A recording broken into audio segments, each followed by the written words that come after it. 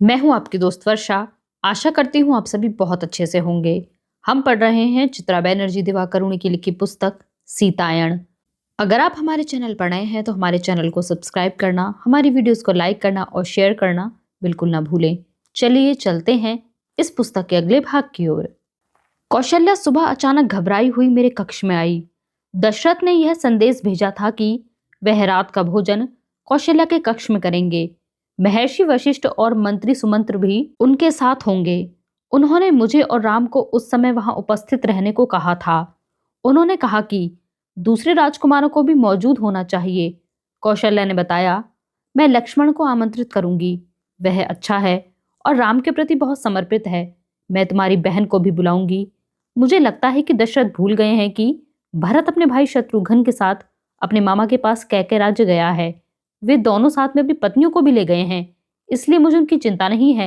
लेकिन उन्होंने दूसरी रानियों के बारे में कुछ नहीं कहा, इसलिए मैं मान लेती हूँ कि उन्हें आमंत्रित नहीं किया गया है। इसके बाद कौशल्या ने मुझे विजयी दृष्टि से देखा और फिर खुद से कुछ बोलती हुई चली गई। दशरथ अपने गुरु और मुख्यमंत्री को अपने घर पर भोजन क्यों आमंत्रित करेंगे जब तक? नहीं नहीं, यह बात पहले कहना ठीक नहीं है। मुझे राजा द्वारा औपचारिक घोषणा की प्रतीक्षा करनी चाहिए। हम दोनों को पता था कि उनके मन में क्या है। राम के विवाह को 10 वर्ष बीत चुके थे और इन वर्षों में राम ने अपने पिता को शासन में भरपूर योगदान दिया था। क्या दशरथ को लगने लगा था कि राम सिंहासन संभालने के लिए तैयार हो गए हैं? क्या वह राजगद्दी छोड़ने और मेरे पति को राजा बनाने के विषय में सोच रहे थे? मैंने कौशल्या के चेहरे पर खुशी भरी चमक देखी। कौशल्या के मन में राम के लिए प्रेम था और साथ ही उन्हें राम के आदर्श राजा होने पर विश्वास था। इसके अतिरिक्त कौशल्या यह भी जानती थी कि राजा की माता होने के नाते उन्हें आखिरकार अन्य सभी रानियों से ऊपर स्थान प्राप्त हो जाएगा। मुझे खुशी और उत्साह के साथ घबराहट भी थी। रानी के रूप में मेरी बहुत सी जिम्मेदारियां होंगी। मैंने पिछले 10 वर्ष आराम से बचपन और वयस्क अवस्थाओं के बीच काट दिए और अपने वैवाहिक जीवन का आनंद लिया। बीच बीच में कुछ समस्याएं आती थीं, किंतु उन्हें सुलझाने में भी आनंद आता था। मुझे अब पूरे राजमहल में सामंजस्य स्थापित करना होगा। मुझे यह देखना होगा कि सभी अपने अपने दायित्व ठीक से निभाएं।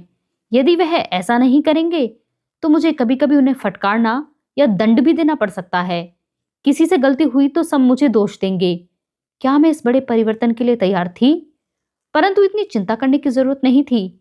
दशरथ बूढ़े हो गए थे, परंतु उनका स्वास्थ्य ठीक था। राज्य अधिकार के हस्तांतरण में कई महीने या शायद वर्ष भी लग सकते थे। मैं रसोइये को क्या पकाने को कहूं? कौशल्या ने पूछा।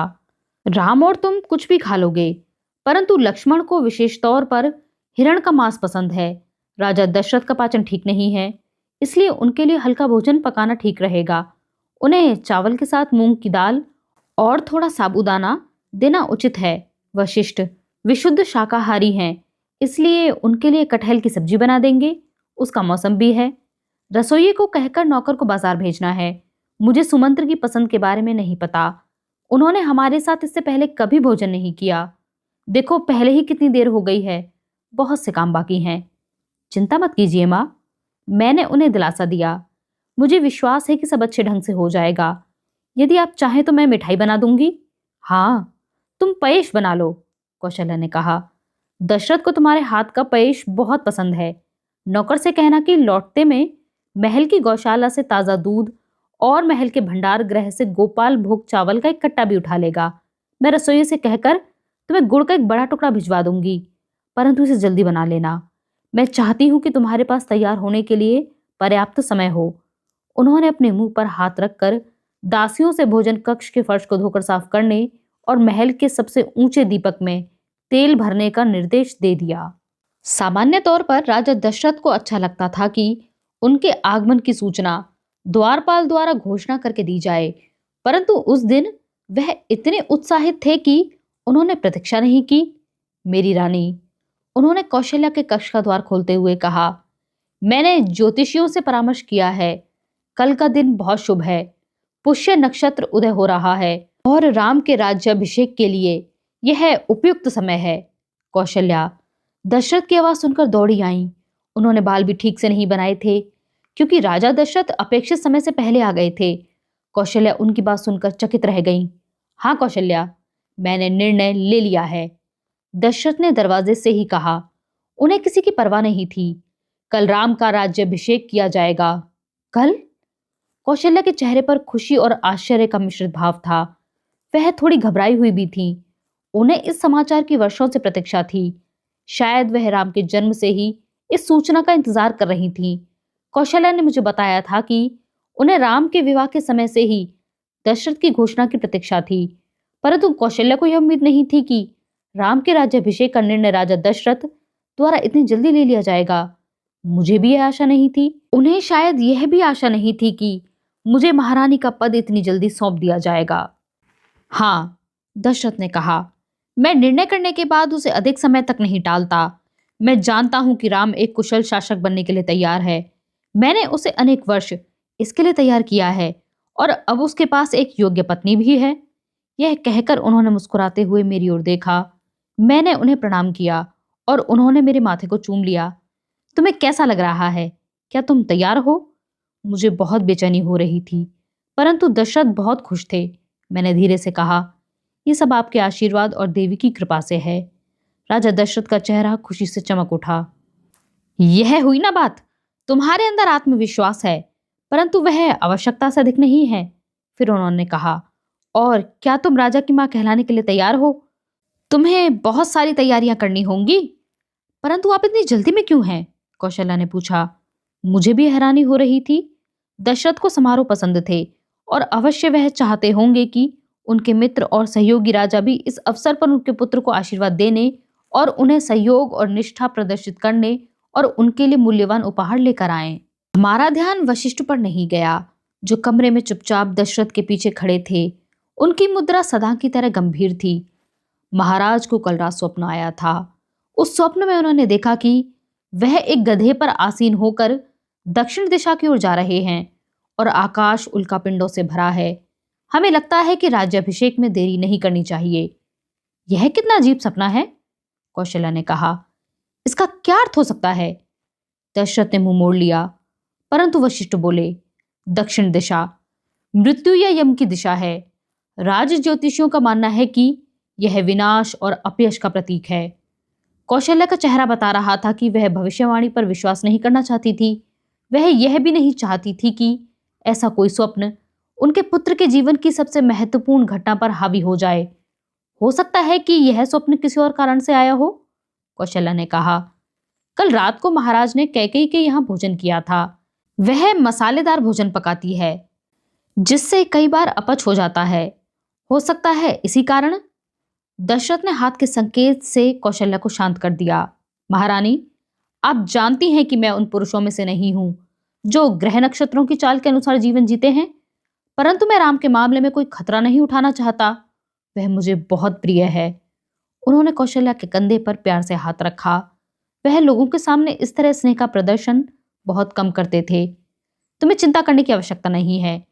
तुम्हें जो काम करना है उस पर ध्यान दो। वशिष्ठ बाकी बातें तुम्हें समझा देंगे। वह चिंतित होकर बोले, राम अभी तक यहाँ क्यों नहीं आया?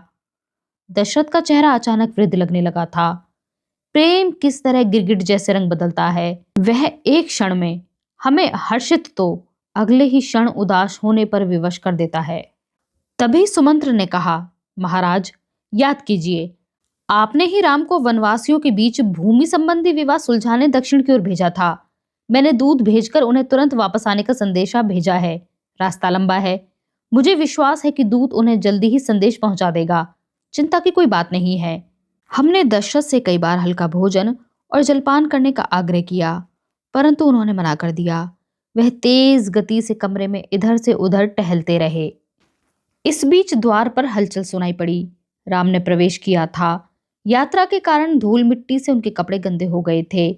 उन्होंने सबसे पहले मुझे देखा। उनकी आंखों में प्रेम और चिंता का भाव था। फिर वह अपने पिता के पास गए और चरण स्पर्श किए। मैं वनवासियों के मामले में निर्णय ले पाता उससे पहले ही दूत ने मुझे वापस आने का संदेश दिया। उसने कहा कि महाराज ने तत्काल बुलाया है। क्या राज्य में सब ठीक है? दशरथ ने राम को उठाया और कसकर गले लगा लिया। सब ठीक है प्रिय पुत्र, क्योंकि तुम सुरक्षित वापस आ गए हो। मैं तुम्हें एक समाचार देना चाहता हूं। कल तुम्हारा राज्याभिषेक किया जाएगा। राम सबके सामने भावुक नहीं होते थे।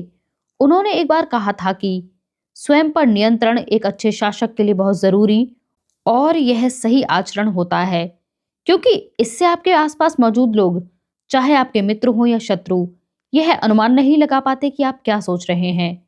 परंतु उस दिन हम सब उनके चेहरे पर आश्चर्य देख पा रहे थे। इतनी जल्दी? परंतु मेरे भाई भरत और शत्रुघ्न तो कैके राज्य में हैं। उन्हें भी इस समारोह में मौजूद होना चाहिए। राम समाचार से खुश नहीं थे। भरत को बुरा नहीं लगेगा? दशरथ ने लापरवाही से कहा। उसे तो शुरू से ही पता है कि तुम राजा बनोगे और शत्रुघ्न भरत के पीछे चलता है। इसका एक और भी कारण है। यह कहकर दशरथ ने राम को स्वप्न के विषय में बताया। राम चिंतित हो उठे। हमें आपके लंबे जीवन और स्वास्थ्य के लिए पहले विशेष पूजा करवानी चाहिए, उसके बाद हम राज्याभिषेक के विषय में सोचेंगे। दशरथ ने राम का सुझाव अस्वीकार कर दिया। यह सब बाद में होगा।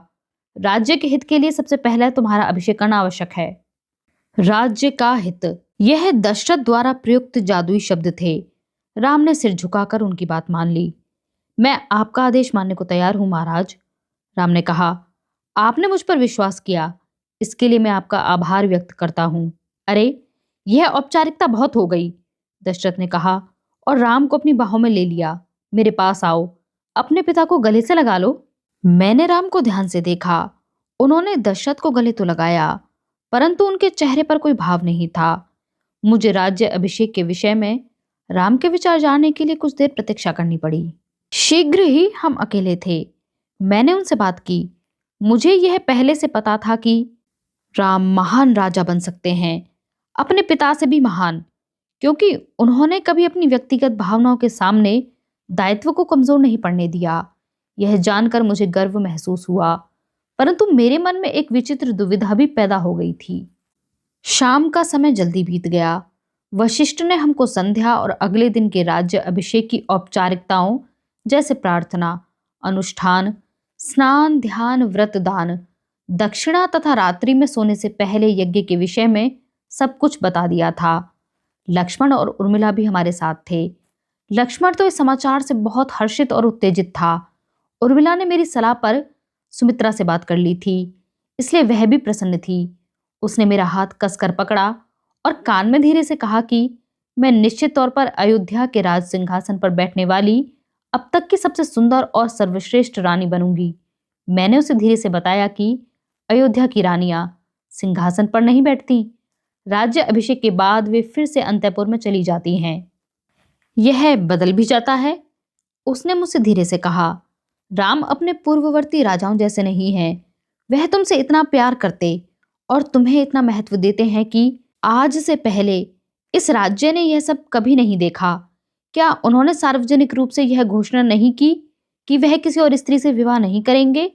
हमारे विवाह के समय सचमुच ऐसा हुआ था। कुछ ही माह पहले माहिष्मती राज्य का राजदूत राम के लिए विवाह का प्रस्ताव लाया था।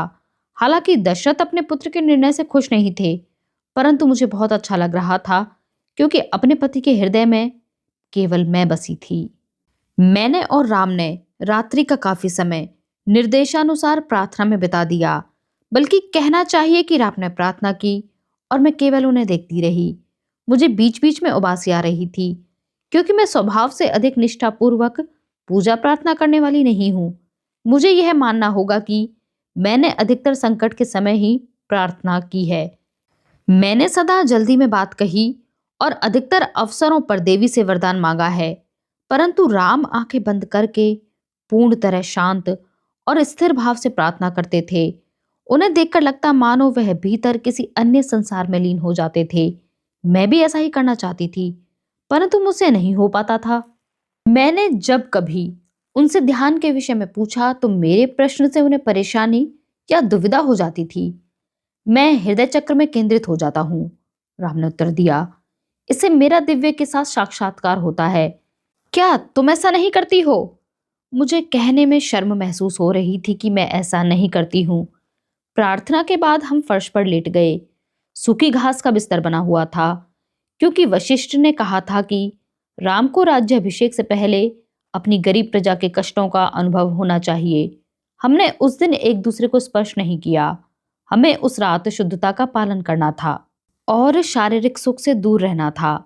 वशिष्ठ ने बिस्तर पर दोनों के बीच नंगी तलवार रखने के विषय में भी कहा था, परंतु मुझे लगा यह कुछ ज्यादा हो जाएगा और ऐसा करना खतरनाक भी था। मैंने तलवार रखने से मना कर दिया था। मैंने राम से कहा, हम एक दूसरे को पकड़कर लेट सकते हैं, परंतु इसके आगे नहीं बढ़ेंगे। परंतु राम ने मना कर दिया। उनका कहना सही था। परस्पर निकट होने से शरीर में कुछ ऐसा होता है कि हम नियंत्रण खो देते हैं। हमने समझौते के तौर पर एक दूसरे की उंगलियां पकड़ ली। हम रात्रि में देर तक बातें करते रहे। राम थके हुए थे, परंतु उन्हें नींद नहीं आई।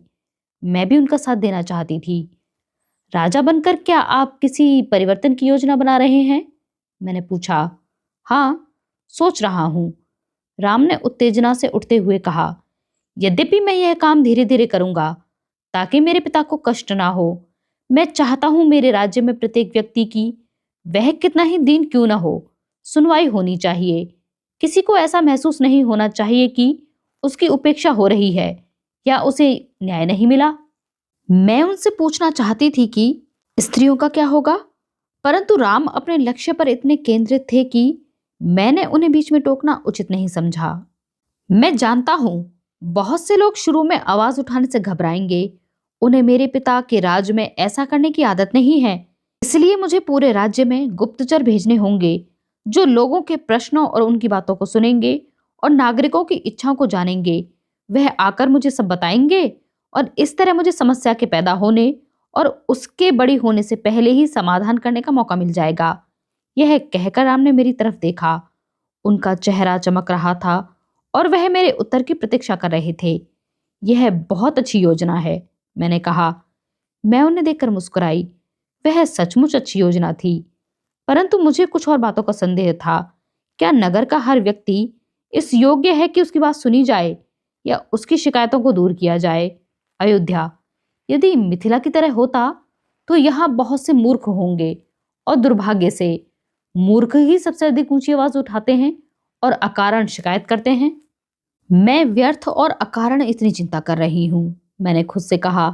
राम बहुत समझदार हैं। वह निश्चय ही वास्तविक समस्याओं और अनुचित मांगों में फर्क करना जानते हैं।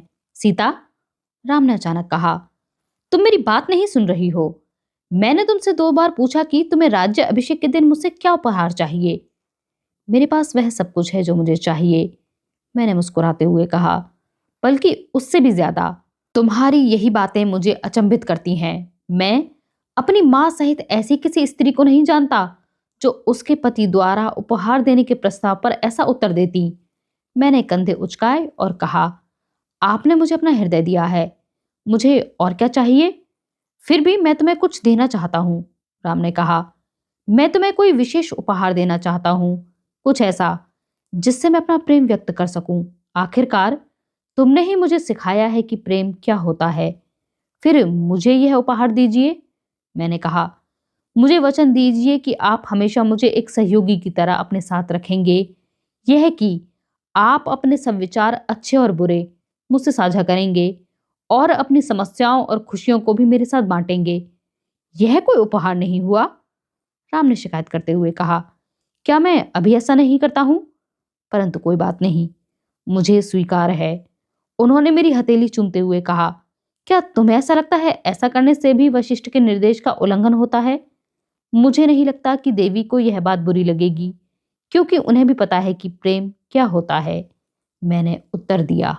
मुझे उस रात ज्यादा गहरी नींद नहीं आई। सूखी घास का बिस्तर और अगले दिन के उत्साह के कारण मैं ठीक से सो नहीं सकी। मुझे नींद आई तो मुझे एक सपना आया कि मैं एक चमकदार धातु से बने कक्ष में हूं। उस कक्ष की दीवारें और उसका फर्श इतना चिकना और साफ था कि मानो किसी विशाल राक्षस कारीगर ने उसका निर्माण किया हो। उस कक्ष में केवल एक स्त्री मेरी ओर पीठ करके बैठी थी। उसकी कमर तलवार की तरह सीधी थी। उसके बाल खुले और वस्त्र बिखरे हुए थे।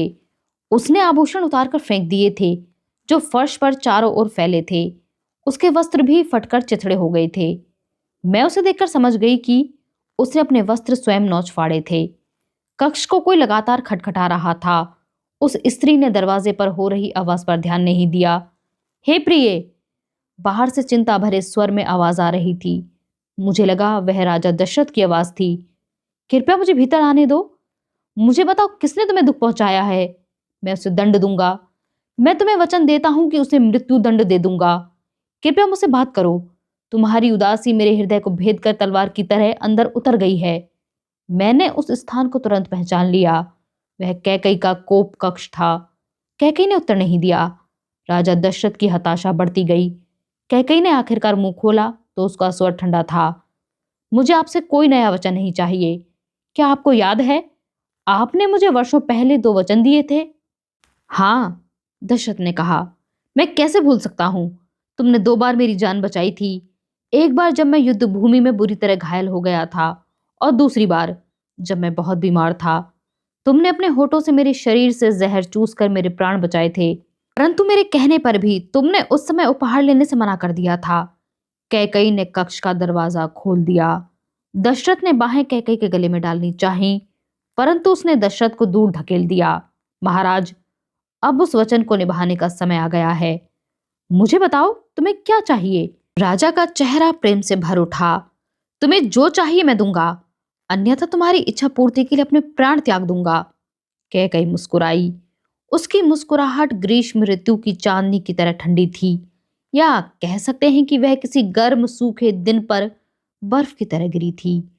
कभी कभी कैकई की मुस्कान किसी छुरे की चमकदार धार की तरह खतरनाक लगती थी।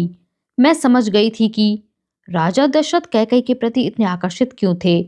इसके बाद कैकई ने कुछ कहा, परंतु मैं स्वप्न में उसकी कही बात सुन नहीं पाई। मैंने केवल इतना देखा कि दशरथ घुटनों पर बैठ गए और उन्होंने याचना की मुद्रा में अपने हाथ जोड़ लिए। उनके चेहरे पर भय था। मैंने उनके शब्दों को सुनने का बहुत प्रयास किया, परंतु धीरे धीरे वह दृश्य धुंधला हो गया और फिर ओझल हो गया। मेरी नींद खुल गई। राम अपने नित्य कर्म के लिए बाहर निकल चुके थे, जिसको राज्य अभिषेक से पहले करना जरूरी था। दासियां मेरे चारों ओर घूम रही थीं और वे बहुत खुश थीं। वे मुझे उस विशेष दिन के लिए तैयार करने में जुटी थीं। उन्होंने मुझे दूध और हल्दी से नहलाया, फिर दहेज में माँ से मिली नई साड़ी पहनाई। यद्यपि मुझे उम्मीद नहीं थी कि मैं उसे इतनी जल्दी पहन सकूंगी। उसका रंग असाधारण था, जैसे सूर्योदय से पहले आकाश में लालिमा बिखरती है, परंतु उस पर जैसे ही प्रकाश पड़ा वह 1000 मोतियों की भांति चमक उठी। पूरी साड़ी पर मोतियों से कढ़ाई की गई थी। वह बहुत भारी थी और रानी के पद के गंभीर दायित्व का प्रतीक थी। परंतु राम से पिछली रात की बातचीत के बाद मैं उस दायित्व के लिए तैयार थी। मैं सीधी खड़ी रही। उन्होंने मुझे धीरे धीरे साड़ी पहनाई और फिर सोने का कमरबंद पहनाया। वह कक्ष स्त्रियों के शोरगुल से गूंज रहा था। वे मेरी कलाइयों पर चंदन का तेल लगाने लगी और उन्होंने मेरे बाल नए ढंग से बांधे थे। उर्मिला भी उनकी सहायता के लिए आ गई थी। उसने मेरे गले में माणिक्य का हार बांधते हुए कहा, राजदूत कल रात बाहर निकले थे। अब यह मत कहना कि अयोध्या में भी तुम्हारे गुप्तचर हैं। मैंने मजाक में कहा। उर्मिला ने मुझे गंभीरता से देखा और कहा, तुम्हें भी गुप्तचर रखने चाहिए, क्योंकि अब तुम रानी बनने वाली हो। अन्यथा तुम्हें महल में अपने विरुद्ध किसी षड्यंत्र का पता कैसे लगेगा। हालांकि मैंने अभी तक केवल अच्छी बातें सुनी हैं। सभी पड़ोसी राज्य और राजाओं को बुलाया गया है। मेरे विचार से उनमें से बहुत से पहुंचने वाले होंगे। पूरी नगरी इस बात से उत्साहित है। सब जगह मिठाइयां बट रही हैं और सोने के सिक्के बांटे जा रहे हैं। राज्य अभिषेक के बाद यह उत्सव 15 दिन तक चलेगा। क्या तुम्हें लोगों की खुशी सुनाई नहीं पड़ती? मुझे महल के बाहर लोगों का हर्षित स्वर सुनाई पड़ रहा था। मुझे राम का और अपना नाम सुनाई पड़ रहा था, जिसे नगरवासी बार बार दोहरा रहे थे। यद्यपि मुझे नहीं पता था कि हम में से पहले किसका नाम पुकारा जा रहा था, क्योंकि जहां एक समाप्त होता वहां से दूसरा शुरू हो जाता। सुगंधित फूलों और कमल के पुष्पों की सुगंध सर्वत्र फैली थी। उस सुगंध से मेरा सिर घूमने लगा। उर्मिला उत्सव के लिए तैयार होने चली गई। रानी की बहन की भी महत्वपूर्ण भूमिका होती है, यह बात उसने स्वयं कही थी, और वह उस अवसर पर सुंदर दिखना चाहती थी।